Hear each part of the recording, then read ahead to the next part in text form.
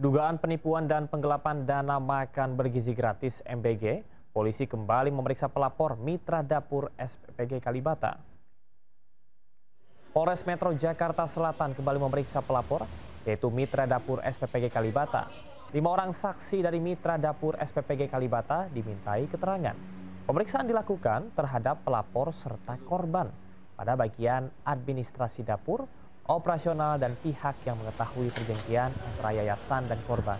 Presiden Prabowo berjanji akan menyelesaikan masalah tersebut.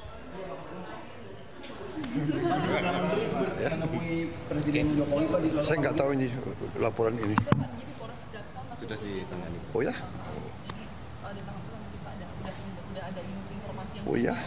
Oh ya, belum. Pasti diurus. Setiap sen uang rakyat akan kita jaga. Ya. Pemirsa, surutnya perairan Laut Utara Tangerang membuat pagar laut terlihat berantakan.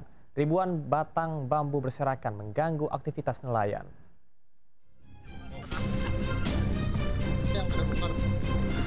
Dibantu warga, petugas merapikan batang bambu yang berserakan di perairan Desa Kohot, Kabupaten Tangerang. Surutnya air laut membuat pagar laut yang tertancap terlihat. Air laut yang surut juga membuat aktivitas nelayan terganggu karena di sekitaran perairan hanya menyisakan lumpur. Perahu Bapak kena rusak karena bambu-bambu? Kena, kemarin waktu pada nelayan ada yang double kena bambu perahunya. Nelayan meminta pemerintah agar segera menata pagar laut dan merapikan kembali kawasan perairan seperti sedia kala. Dari Kabupaten Tangerang, Banten, Aimarani, iNews melaporkan. Pemirsa, jangan lengah. Predator anak kerap ditemukan di lingkungan tempat tinggal hingga sekolah. Di Jakarta Pusat, pria paruh baya mencabuli anak tetangganya. Sementara di Salatiga, Jawa Tengah, pria menyamar menjadi pengurus ponpes dan mencabuli puluhan santri.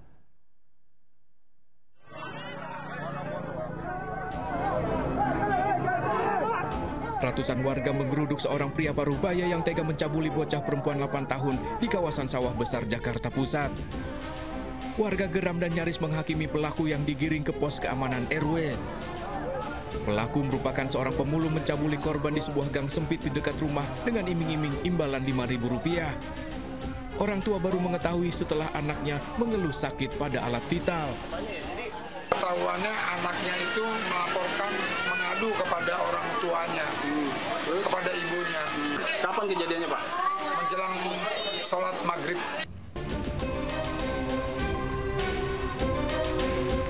Predator anak tak hanya kerap ditemukan di sekitar tempat tinggal, tapi juga di lingkup pendidikan.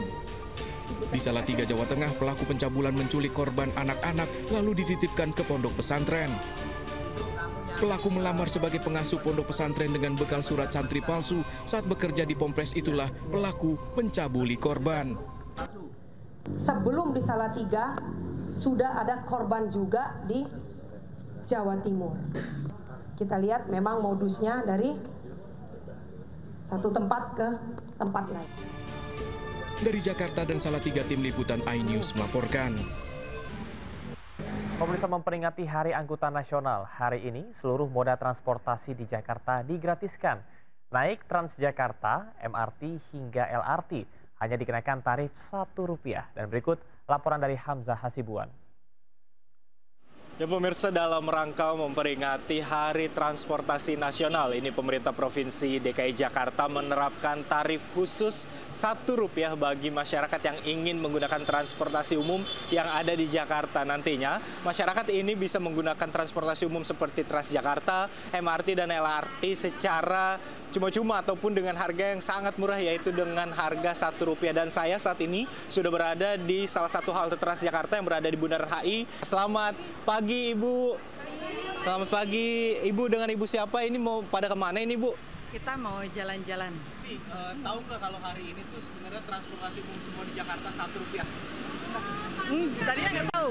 Tadinya nggak tahu, pas tadi ngetep tahu harganya Rp1. Gimana tanggapannya, Bu? Dari Rp1? Senang banget. Dan naik Transum ataupun PJ ini biasanya mau kemana sih, Bu? Kerja atau jalan-jalan? Jalan-jalan. Kita jalan-jalan, Mas. Jalan. Mudah-mudahan kota-kota lain menyusul ya. Kota-kota lain menyusul seperti Jakarta. Terima kasih banyak Ibu, selamat menikmati transportasi umum. Ya, itu dia pemirsa tanggapan dari masyarakat yang menggunakan transportasi umum, salah satunya Transjakarta dengan tarif khusus Rp1. Dari Jakarta, Hamzah Simbuan, Muhammad Zulkarnain, iNews melaporkan. Pemirsa, Gubernur Jawa Barat Deddy Mulyadi lagi-lagi menjadi perhatian publik. Kali ini bukan karena gebrakan aturan, namun karena mobil mewah milik pribadinya kedapatan nunggak pajak hingga Rp42 juta.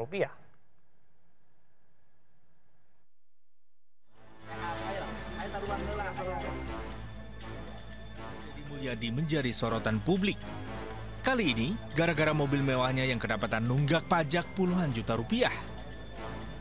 Mobil mewah Lexus LX 600 berplat nomor B2600 SME keluaran tahun 2022 ternyata nunggak pajak sebesar Rp42 juta. Ramai jadi sorotan, orang nomor 1 di Jawa Barat ini menjelaskan, mobil Lexus senilai Rp1,9 miliar miliknya itu masih cicilan dan atas nama orang lain. Proses mutasi masih berlangsung oleh pihak leasing. Karena ini masih atas nama orang lain, prosesnya agak lama, harus melalui mekanisme leasing, tidak bisa saya langsung. Berapa sih jumlah biaya segala macam lah, lumayan tuh, agak lumayan, udah hampir 70 juta itu. Pajak, kemudian cabut berkas segala macam, saya nggak tahu banyak istilahnya.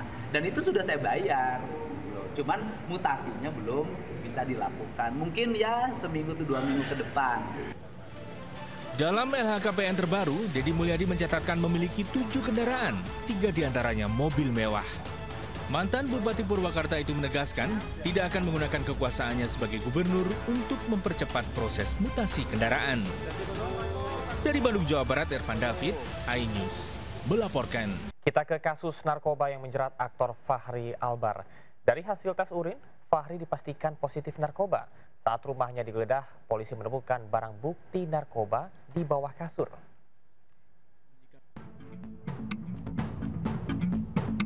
Petugas menemukan barang bukti narkoba saat menggeledah rumah aktor Fachri Albar waktu penangkapan. Fachri yang sudah tak berkutik juga menunjukkan tempat ia menyembunyikan narkoba di bawah kasur. Usai pemeriksaan, Fachri menjalani tes kesehatan dan tes urin di ruang Dokes Polres Jakarta Barat. Hasilnya Fachri dinyatakan positif mengkonsumsi narkoba. Ini gimana? Untuk tes urin dinyatakan positif konsumsi beberapa jenis narkotika. Petugas pun masih memburu pelaku utama pemasok barang haram pada Fachri Albar ini. Dari Jakarta, Miftol Gani melaporkan. Kalau Fachri Albar menyembunyikan narkoba di bawah kasur, sementara Hakim Ali Muhtarom, tersangka suap vonis lepas korupsi ekspor CPO, didapati menyembunyikan uang Rp5,5 miliar di kolong tempat tidur rumahnya di Jepara, Jawa Tengah. Padahal selama ini, Ali Muhtarom mencitrakan dirinya sebagai sosok hakim yang sederhana. Coba saya buka dulu ya Pak ya. Uang tunai ditemukan penyidik Kejaksaan Agung tersimpan dalam koper di rumah Hakim Ali Muhtarom di Jepara, Jawa Tengah saat penggeledahan pekan lalu. Koper disembunyikan dalam karung di kolong tempat tidur. Saat dibuka, uang tunai terbungkus plastik.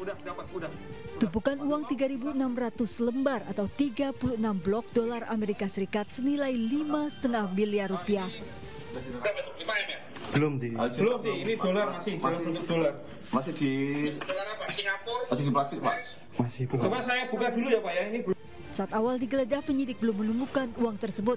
Namun penyidik di lokasi menelpon penyidik di Kejaksaan Agung untuk mengkonfirmasi dengan tersangka Ali Muhtarom yang sedang diperiksa.